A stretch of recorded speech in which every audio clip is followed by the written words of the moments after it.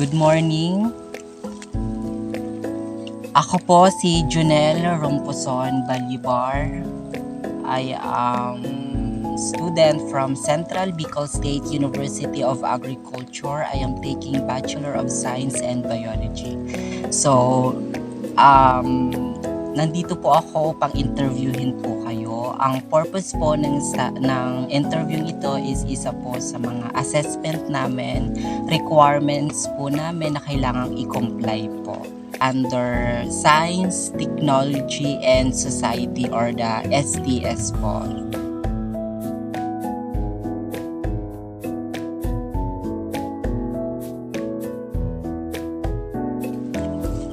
So, first po, gusto ko pong malaman kung ano po yung pangalan niyo, ma'am. I am Susita Susita M. Martires. Susita M. Martinez Res. Martires. 74 years old. 74 years old. Residing at La Purísima, Bula, Camarines Sur. Nakatira po kayo sa Yan, dito. La Purísima, Bula, Camarines Sur. I also graduated in SISAC, Camarines Sur National Agricultural School in 1972. Yan naman. As Bachelor of Science in Agricultural Education. Bachelor of Science. BSA Ed.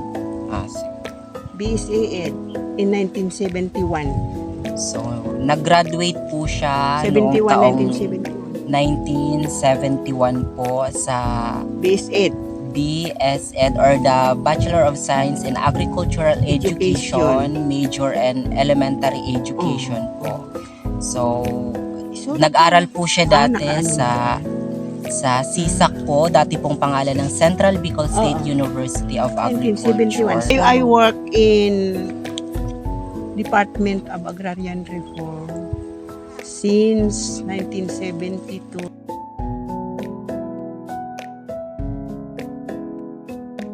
Ngayon po may mga question po ako or interview. So, pwede nyo naman po siyang sagutin kung saang lingwahe po kayo komportable. So, una pong question. Can you describe the earliest technology you remember using in your daily life and how did it impact your daily routine back then? Agricultural farming. Agriculture using asmaro. I can teach the farmers the right method in farming, scientific method in farming, how they could be entrepreneur farmer. Usually kaya baga ang mga farmers we in agrarian reform we assisted farmer beneficiaries of that. We go out with doing information drive. So I usually hold farmers meetings. So I teach them the problems in farming in their farms regarding landowner of their farms. Ang agrarian is concerned about the tenanted farms. So there is landowner and there is farmer beneficiary. Okay. So we assisted in the localities farmers. In the office, we assisted both the landowners and the farmers. So, follow-up question po. May experience po ba kayo, ma'am, sa paggamit ng mga electronic device like po computer, laptop? Mayo pa kami kayan. Ito. Mayo. Typewriter. So what was your first encounter with a computer or any electronic device and how did it differ from the modern technology we use today? So dati po wala pa kayong ginagamit ng mga laptop ngayon lang. or computer? Ngayon lang. Cellphone, tablet. Tablet. Yan. Pero dati po may mga cellphone na po kayo dati. Dahil wala. Ano lang. After, ano lang. Ay, during siguro, mga 2000, nakagamit ako ng cellphone. 2000. So, May rin kami sa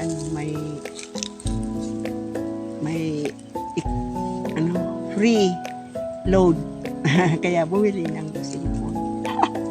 Yung office yung mga so, pangatlong question po, how did you communicate with friends and family in the past, and what role did technology play in those interaction compared to today's communication method?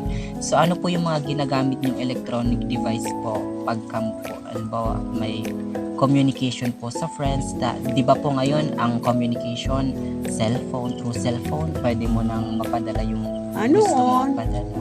Before Okay. using cellphone. May cellphone naman po. No? Wala nga. Before using cellphone. Letter. Letter, personal info drive, Personally po, face to face to face. Ngayon po kasi, di ba, talagang cellphone na lahat. Ngayon, cellphone, nagagamit lang ako ng cellphone. I do not use intensively kang cellphone. No. Ginagamit ko lang yan pag tatawag ako sa mga anak ko. Tapos, important matters lang. Opo. Hindi ako mahilig na maski sa mga friends.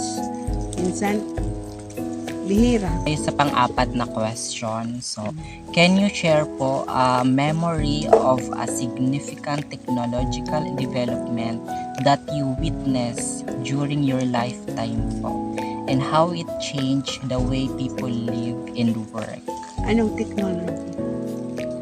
Yung mga modern technology po ngayon, like yung mga ginagamit nating cellphone, laptop, even the Gadgets? yes po, gadgets, or even mga transportation po.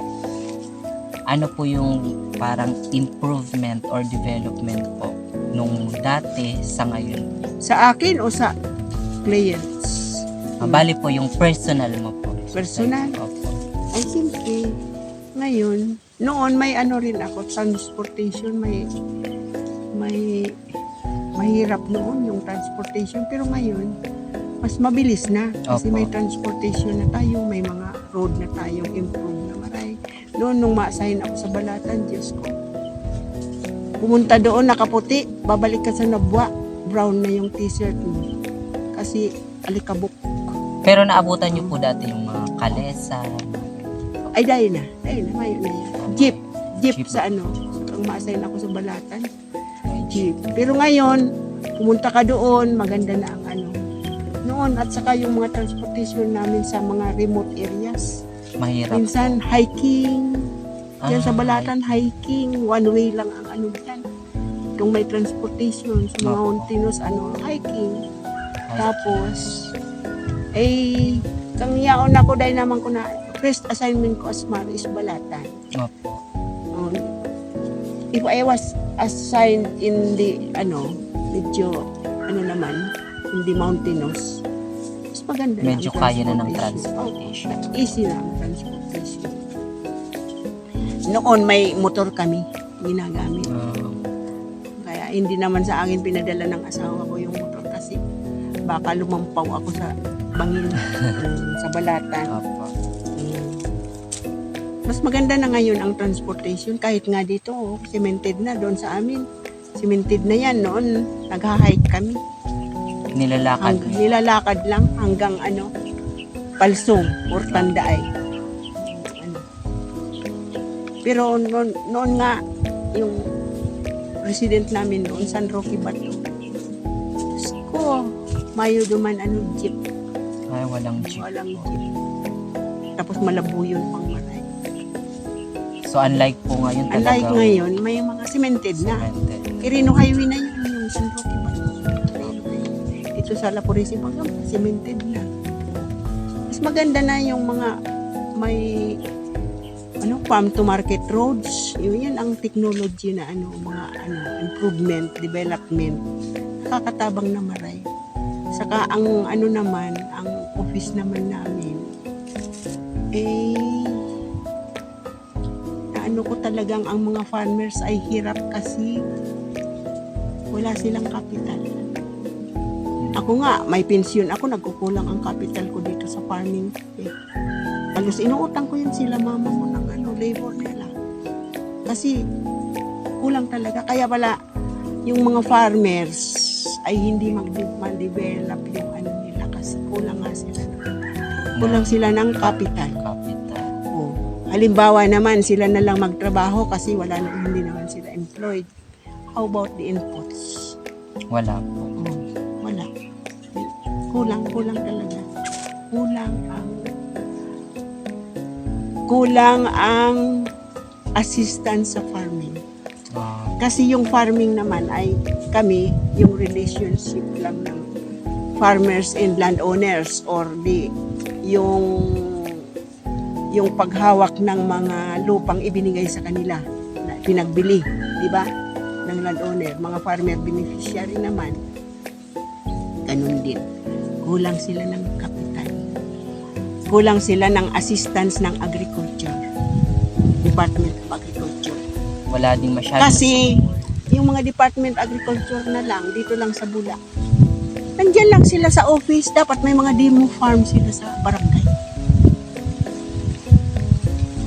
Para yung barangay makita yung improvement ng demo farms nila na ginagamitan nila na sufficient inputs and capital. Di ba? Para malaman nila yung needs ng farmers. Di nila alam kasi hinihintay na lang nilang pumunta sa office. Yung magbisita nga ng mga pinasok sa crop insurance, hindi nila pinupuntahan kung totoong may tanim. Talagang office lang po. Office lang, hinihintay lang nila. Dapat yung agriculture, may mga demo farms sa bawat barangay. Kahit yung alimbawa yung coverage nila, at ako extension worker din kami sa Agrarian Reforms. Nung RYT ako, youth ang assistance ko. Nung FMT ako, farmers yung assistance ko. Nung Maro ako, ay siyempre overall ka na. Yung mga personnel mo, bibigyan mo ng kung anong mga gagawin nila. Pag gagawin mo sila ng mga programs, aside from that, pag may mga inspection, land valuation, yung mga dark clearance na yan, ako ang nagbe-visit niyan. Kasi ako ang pipirma. Yun ang mga development na kung minsan nakikita ko very slow. Lalo na sa mga farmers ngayon, di ba? Tayo, in crisis tayo sa agriculture. Kulang in crisis. Samantalang, ang Taiwan ay nag-aral dito yung mga doon. Galing dito. Yung mga nila. Nag-aral sa Los Baños. Sila ang improve ngayon kasi supported sila ng government ng needs nila. Lahat tayo dito, mayaman ang Pilipinas sa resources, pero walang support ang government. Kulang baya. May support naman. Isang taon, bigyan ka lang ng 5,000. PCA program dito, naka-PCA ito. 5,000 lang. Sa 5 question po, what was your experience with entertainment technology such as television, radio, or music player in your earlier years compared to the entertainment options available today? So dati po, may mga TV na din po. May TV. Dati. May TV na. May TV naman, may may yan mga telecommunication, mga ganyan. Naman long distance, telegram. Ngayon na lang yung mga modern technology ngayon, mas facile na ngayon. Mas easier na ngayon. Noon, medyo hirap pa rin. Pero, yun nga, mas mas ano tayo sa ayan, communication, lalo sa mga communication yan, mga gadgets ngayon, Gadgets po. mga modern technology ngayon, nakakatulong pero minsan nagagamit sa mali. Opo. Kasi may hindi sila assisted ng mga parents. Opo. Yung nagpapabayaan nila. Pinapabayaan, minsan na-spoil. Pinapabayaan na lang. Pero noon, hindi yan pwede noon. Noong unang panahon. May program ka sa buhay mo, hindi lang magpa-cellphone. Kahit sa bahay, may program ka sa bahay na gagawin mo. Hindi lang cellphone. Kaya kami, lumaki kaming lumaki kami, wala pa yan mga technology na yun. Mas Di pa maganda. Mas Ngayon, maganda. grabe na ang ano. Grabe na. Imbis na makatulong, grabe na ang distraction ng Yes, ano. po. Distraction ng technology. Distraction ng technology. Kung gamitin sa mali. Opo. Kung gamitin mo sa very good. Kasi there is for facility. Opo. Facility of time, labor, materials, di ba? Opo. Pero kung gamitin sa mali, ay sobrang distraction. Lalo na yung mga scam, na-scam ako nga ng Scammer mga po. nagpa-order ng avocado to bear fruit in 12 to 14 months. Nag-order ako. 900 basta 900 almost na lang 975 pesos siguro yun. Susuklian na lang ng 25 pesos siguro yun o 5 pesos na lang ng 1,000. Mali po yung dumating. Diniliver sa akin, Diyos kumanay, rambutan. Mali yung binigay. Rambutan pa, kung pinabayaan ko, mamamatay yun. Kasi wala nang mga lupa. Kaunti na lang yung nakapak sa delivery. Tapos tinalian pa ng straw.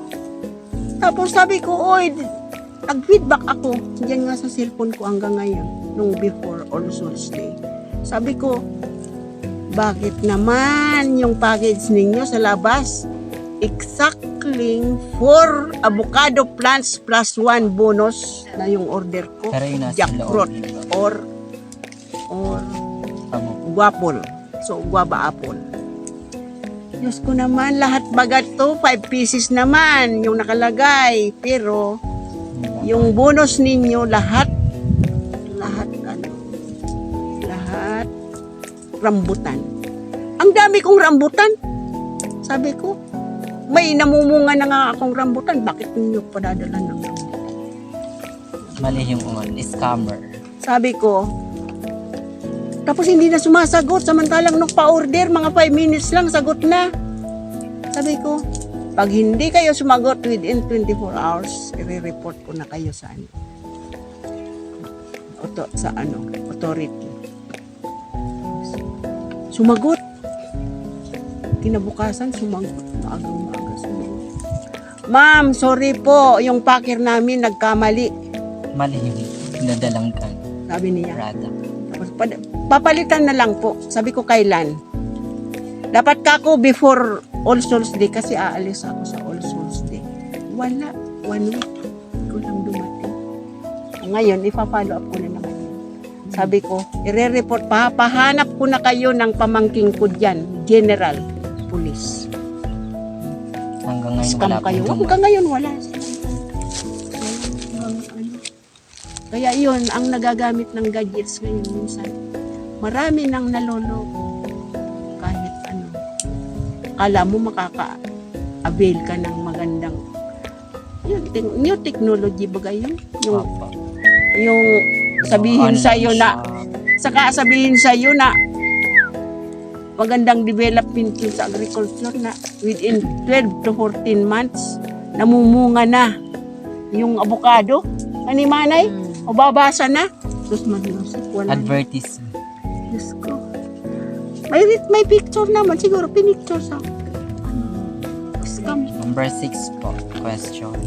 In your opinion, what were the most challenging aspect of adapting to new technologies as you grow older, and how did you overcome those challenges po? So, paano po kayo naka-adapt from doon po sa wala pang development dati? Ang gusto sa kong ngayon? i-adapt kasi wala naman akong farming lang as parang nagsisimula pa lang na mag-develop ng mga farms ng land ng tatay ko. Before ito pasture lang. Kaya pinapataniman namin ng para may pakinabang. Opo. Tapos, yun lang. Maganda naman yung mga modern technology kung may a-adapt mo na.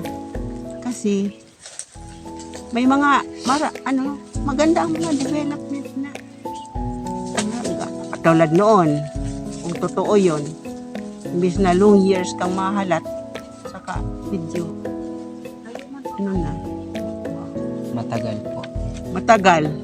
Yun, sabi, mababa lang. There is facility in harvesting. Harvesting sa agriculture. O sa agriculture ngayon, marami na bagang harvester, marami na mga dryer, yan. Mga magaganda na, mga bago. Saka, magandang mga yun, maabil ng mga farmers. Kaya lang dapat, kahit mayroon noon, may support. Continuous ang support sa farmers. Para magamit yung technology, modern technology, ng maayos. 7 po, how do you use modern technology in your daily life today, and what benefit conveniences do you find it in compared to the past? So, ngayon po, di ba gumagamit po kayo ng cellphone? Easy communication. You can, Easy communication. midget yan. You can Communication. talk to your family, to your friends, Opo. to your schedules. So, Hindi ka bali, na tinitignan mo na lang po Mhm. talaga sa cellphone. sa cellphone. Maganda. Sa akin, beneficial na maray ang cellphone ko. Tapos, pagod na ako, gusto kong matulog, hindi pa naman ako inaanto. Maglalaro ka muna, relax ka. Relax. Parang recreation mo yun. Libangan. Libangan. Yung libangan. Oo, libangan. Pag wala ka nang gawa, hindi ako nawawalan ng gawa. Gusto ko nang matulog. Gusto ko nang matulog, hindi pa ako inaantok. Yan.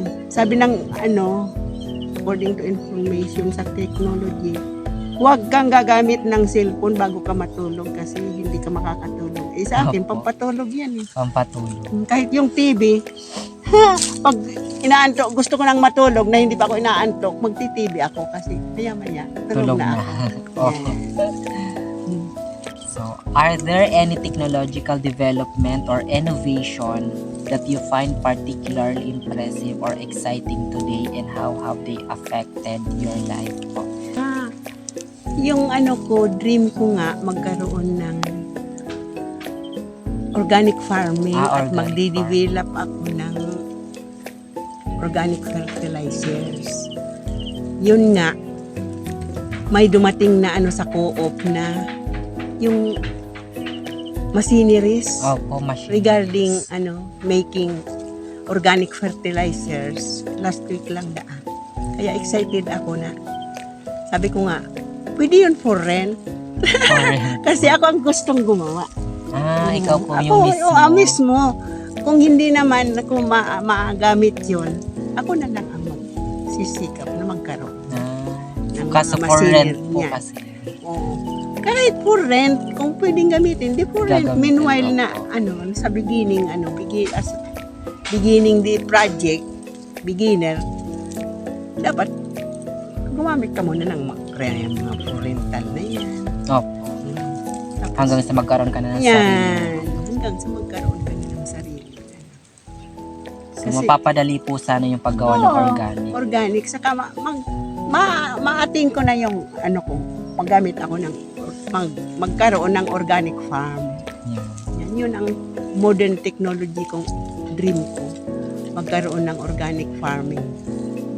Kasi grabe po yung makukuha nyo kapag may organic farm. Oo.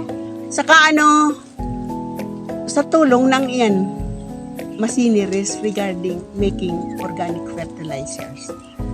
Tapos Mga makakaano organic ka pa, hindi ka na magagamit ng matuturuan mo yung mga neighbors mo na huwag na maggamit ng mga commercial fertilizers. Kasi hindi yan. Kaya ako, yung kahit noon, hindi ako nagsusunog ng damo. si mama mo nga, nagsunog yan ng damo. Hoy, bakit sinunog mo? Sabi ko man kay Bibi, saka kay Dili, ano din ninyo tinuyaw na di ako nagsusunog ng Parang mga inawan. sa Sibiswa po, bawal din po talaga magsunog. Oo, hindi. Tingnan mo yan. Pinalagay ko lang sa kanila. Noon lang yun nang unang magtrabaho sa akin si mama mo. Nadatnan ko yung kamuting binuklas. Sinunog! Sabi ko, ay! Maray, ngayon, Maita. Mapaasuhan naman gaya, hindi ako nagsusunog. Kasi po fertilizer din po. Oo, fertilizer. Organic fertilizer po, mga dahon. Kaya yung mga modern technology, kung i-adapt lang ng mga farmers, simply with the assistance of the Opo. technologies of the Department of Agriculture. Kasi kami, yung gawain pa namin ngayon, yung yung relationship between landowners or farmer beneficiaries and farmers.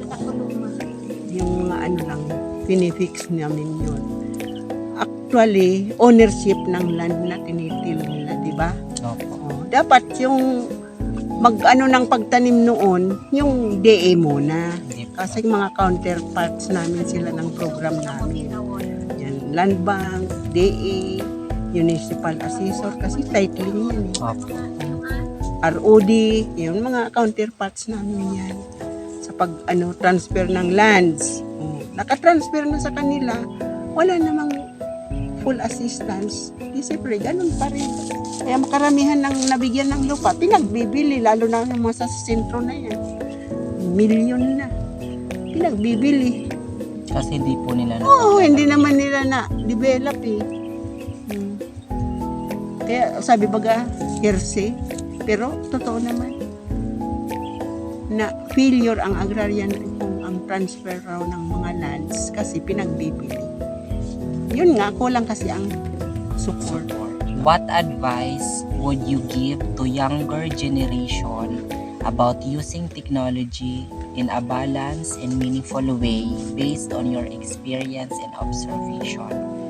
So ano daw po yung maibibigay niyong parang advice sa mga kabataan, mga younger generation on how to Unang-una, yung observation ko niyan.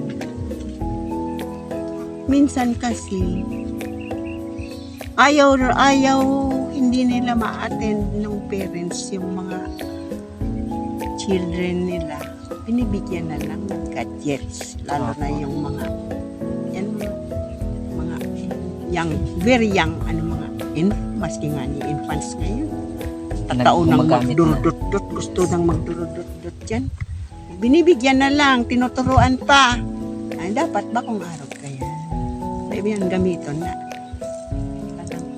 Anong tawag? parang normal na Kung sa pangadyion, pailihan, yung para daisinda maisturbo. Binibigyan ng pailihan yung bata na liba. gamitin libangan. Opo. Sa mga younger naman, mga youth, ay ang tawag ko dyan, laziness eh. Opo, laziness. Ginagamit yung gadget, ay may ginagawa ako. Pero iba naman yung ginagawa. Hindi naman useful yung totoo. O dapat tingnan ng parents. Monitoring ka nga, importante kung anong ginagawa sa cellphone, sa gadget ng mga bata. Lalo na yung uso Yan. ngayon, ML. Yan. O tapos, minsan, dapat talaga monitored ng parents ang paggamit ng gadget, lalo na ang cellphone, laptop, o kaya itong tablet. Tablets. Diyan ang may kontak. Kung minsan, nakakako ang aksidente dahil sa gadget.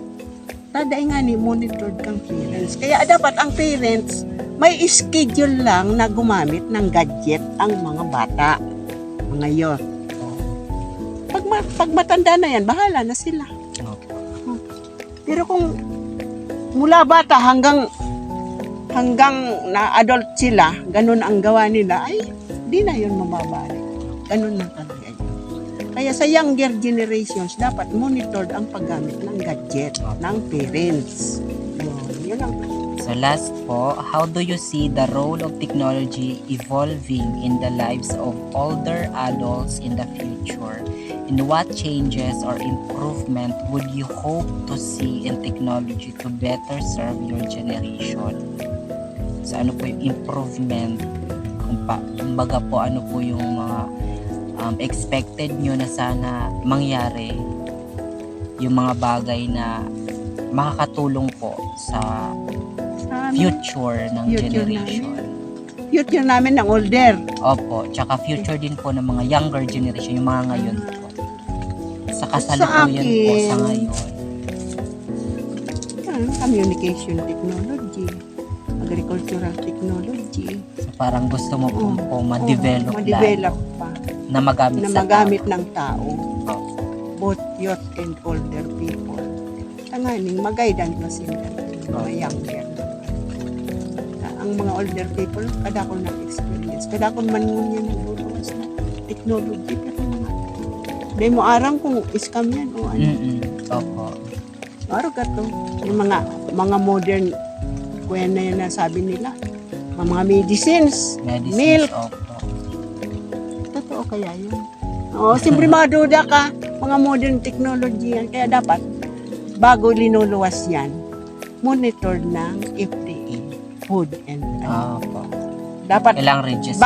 bago makalabas sa mga gadgets, talagang registered dyan, saka talagang ano.